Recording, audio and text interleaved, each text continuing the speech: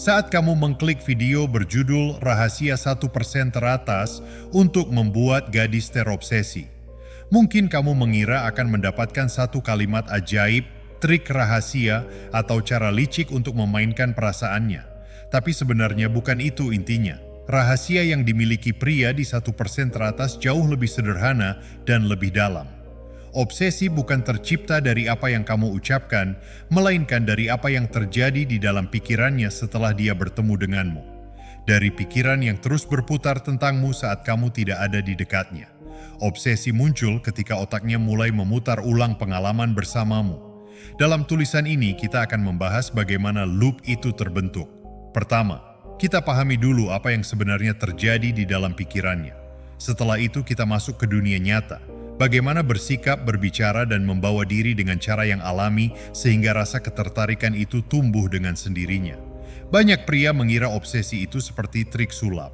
Satu kalimat, satu gerakan, satu rahasia tersembunyi. Padahal kenyataannya prosesnya jauh lebih sederhana. Seorang wanita tidak tiba-tiba terobsesi begitu saja. Yang terjadi adalah otaknya perlahan membangun sebuah lingkaran di seputar dirimu. Dia merasakan sesuatu saat bersamamu, tapi tidak sepenuhnya yakin di mana posisinya di matamu, dan pada saat yang sama dia merasa kamu bukan tipe pria yang mudah digantikan. Jika tiga hal ini bertemu, obsesi mulai terbentuk. Hal pertama adalah bagaimana perasaannya saat berada di dekatmu. Lupakan sejenak soal penampilan, uang, atau status. Yang paling diingat otaknya adalah satu pertanyaan sederhana. Saat aku bersama pria ini, aku merasa bagaimana?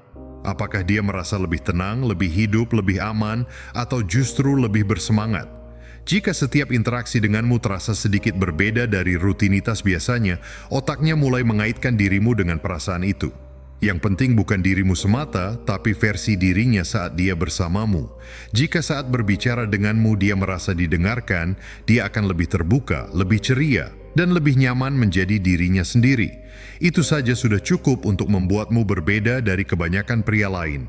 Ketika dia sudah di rumah, yang terulang di kepalanya bukan detail wajahmu. Yang terulang adalah perasaan itu. Aku suka diriku saat bersamanya. Disitulah keinginan untuk bertemu lagi mulai tumbuh. Bagian kedua adalah ketidakpastian.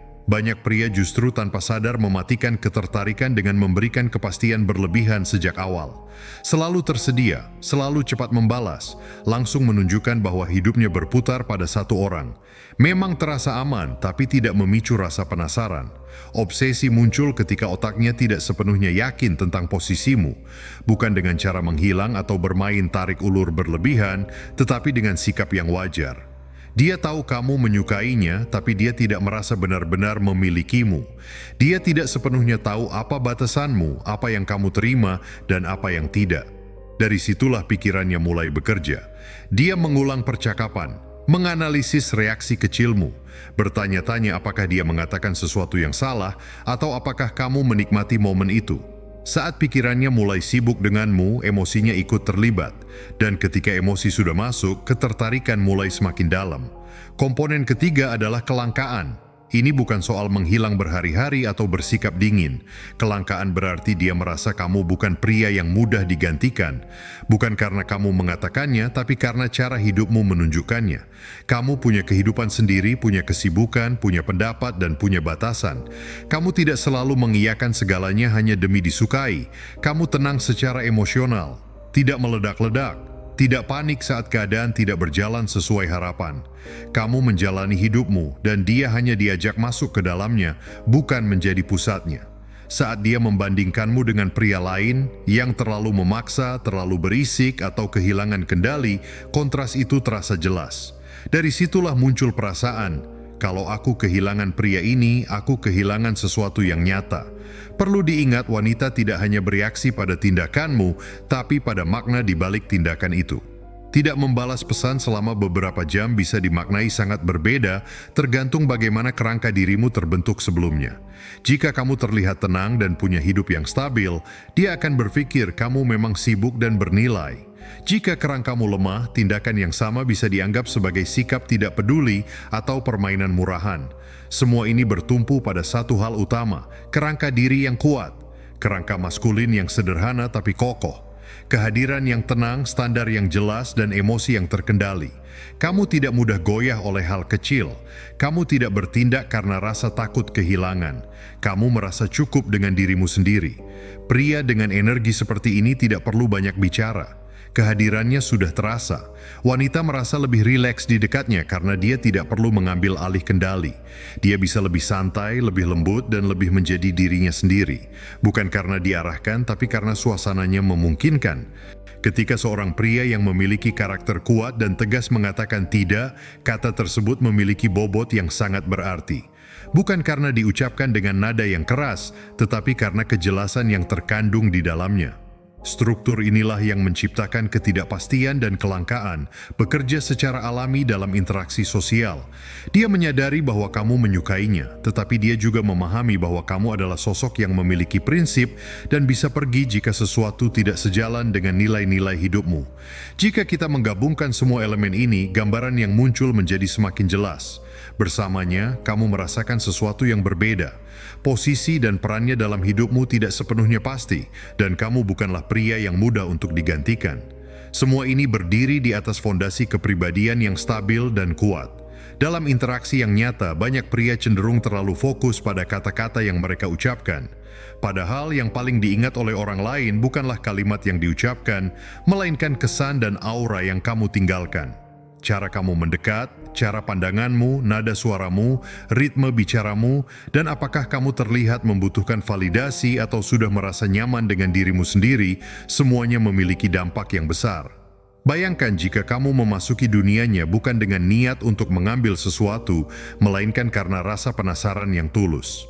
Sikap ini saja sudah membuatmu berbeda dari yang lain. Kamu hadir tanpa membawa kebutuhan berlebihan untuk diterima. Kamu bukan sosok yang dingin atau acuh tak acuh, tetapi utuh dan penuh kehadiran. Kamu lebih memilih untuk melihat apakah ada kecocokan di antara kalian, bukan memohon untuk diterima. Kalimat-kalimat yang sederhana pun sudah cukup jika disampaikan dengan ketenangan yang tepat. Yang terpenting bukanlah apa yang kamu ucapkan, tetapi bagaimana kamu menyampaikannya. Kamu berbicara dengan tenang lalu santai menunggu respons dari lawan bicara tanpa menunjukkan kegelisahan atau terburu-buru. Setiap pria sebenarnya meninggalkan jejak emosional yang dapat dirasakan oleh orang lain. Kebanyakan dari mereka memiliki kesan yang mirip karena mereka membawa emosi yang tidak disadari, seperti rasa gugup, berlebihan, atau ketidakpercayaan diri. Namun, pria yang berbeda memilih emosi yang ingin dia hadirkan dalam interaksinya. Dia bisa memancarkan ketenangan, keceriaan, kehangatan, atau perhatian yang tulus. Ketika kamu konsisten dalam membawa satu getaran emosional, itulah yang akan diingat oleh orang lain. Bukan sekadar kata-katanya, tetapi perasaan yang muncul dari interaksi tersebut. Di tengah dunia yang serba ramai dan berisik ini, ketenangan justru menjadi kontras yang kuat dan sangat menarik. Kontak pertama dalam sebuah pertemuan tidak harus mengarah ke tujuan tertentu.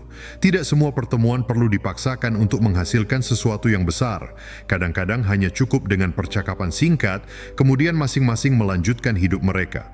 Sikap yang tidak terikat pada hasil itulah yang membuat kesanmu semakin mendalam dan kuat.